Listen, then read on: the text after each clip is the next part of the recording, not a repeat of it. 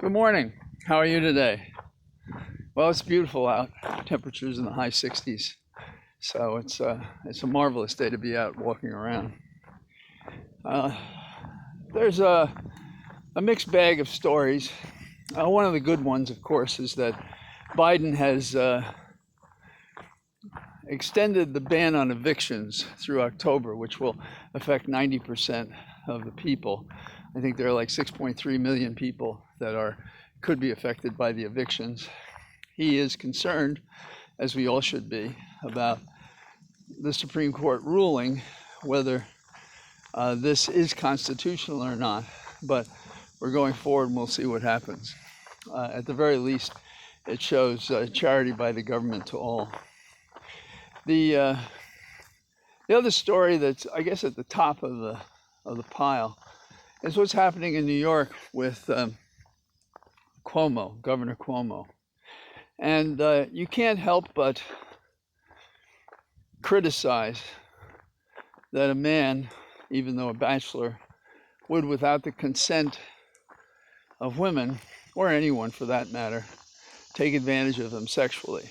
And it is alleged that there are 11 such women with various kinds of offenses, including one that was in his security detail. And I was trying to think of what bothered me about all of this. And it goes back to Al Franken a little bit, because it seemed to me there was such pressure when the allegation was known that they ran him out of the Senate. And I don't know what it is about Democrats doing their own when Republicans commit the highest crimes and traitorous offenses you can imagine, and nothing happens to them. But let's stick to the facts at hand.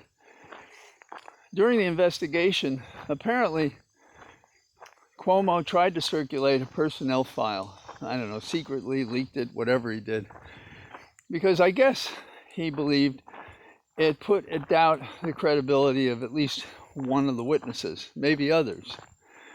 And the thing that's a tad unfair about this is that an extensive investigation is run, thousands of pages, 70 witnesses, and they come up with a result, a 165-page document, and that's it. And based on that document, they want to hang Cuomo by his thumbs. And I'm not saying that's wrong. Certainly if he did these things, he should be. But there's a part of me, the criminal defense part, that says, well, what chance do you get to rebut those charges if you can? And maybe he can't. And why do we look at it this way? Well, it's distressing that the Attorney General, who issued the report, will probably run for governor herself. And I don't know how you cure that kind of obvious conflict. Now, she can say she hired very capable people, assigned them the task, didn't interfere, and this is what they found. But still, there's no mechanism for Cuomo to answer. Now, beware of what you wish. Did he have the opportunity to answer? Would he find himself indicted by the local DA or the U.S. attorney? Would he find himself impeached, as appears is what is going to happen? They're going to go forward with that. We'll see. And so your day in court, if you will, could compound the error. But I just can't wrap my head around the fact that we have rushed to judgment for serious offenses, but nothing like the traitorous conduct of the Republicans. How do we explain that? Now, Democrats are very good at eating their own, and I suppose that's part of it as well. And maybe Cuomo's not liked, although a lot of us found him, I thought, inspirational during the early days of the pandemic. But what he did in the pandemic is under question too, whether certain information was suppressed about what happened at nursing homes. We're also concerned about a book that was written for which he got a hefty multi-million-dollar retainer. So I think the Cuomo case is more complicated, and I don't know about even Biden coming down on him like he did. Now, I also, I guess it's the dramatic gap between Democrats doing themselves and Democrats being bold enough when the evidence is so obvious about what the Republicans have done wrong to the fate of our republic, that there's silence, just silence. It's disconcerting. So people have asked for Cuomo's resignation. If these things are true, it's appropriate. They've also asked for his impeachment. Some are asking for his prosecution. So it's a pretty sad time. I'm glad I'm not in New York. The conversations must be pretty dismal up there. Then, of course, there's also our Delta variant. And one of the things about that that's fascinating is that finally some people are, quote, getting religion in quotes and insisting that people vaccinate, wear masks, do what they should have been doing, or we might not be in this position.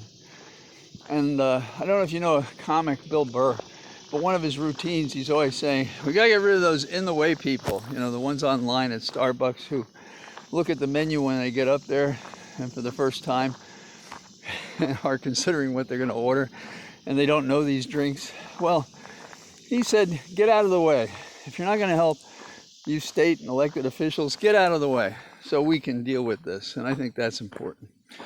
I continue to think the infrastructure bill is going nowhere, and that we're being played by both parties as if it's real. So in the end, they can point fingers at each other.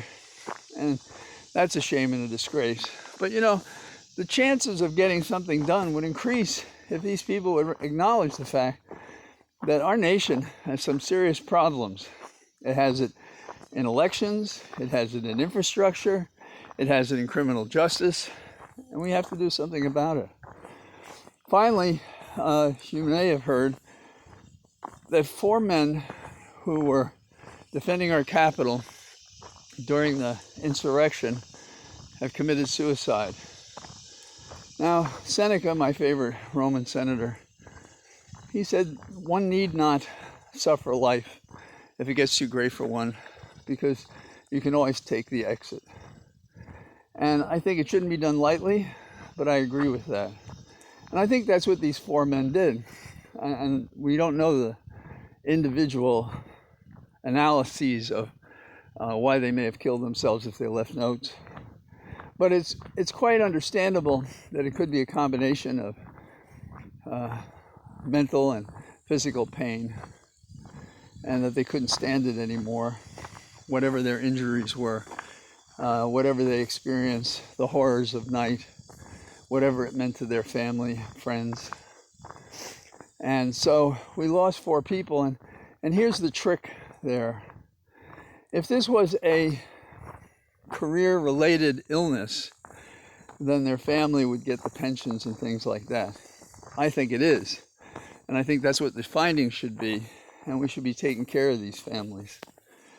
I had a friend of mine in New York who was a high-level police officer, and he had been involved in the Columbia riots, that is, arresting people trespassing, and for some period of time, because of that, when he brought cases over to the U.S. Attorney's Office, I gave them short shrift, and then we became friends.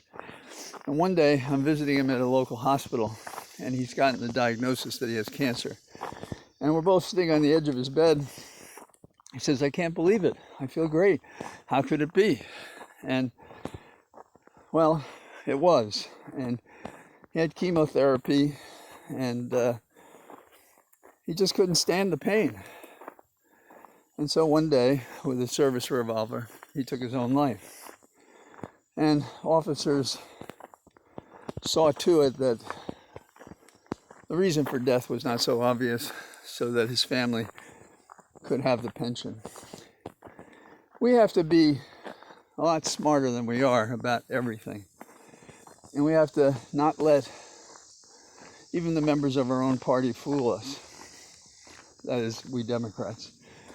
And we have to treat the Republicans for what they are, enemies of the people.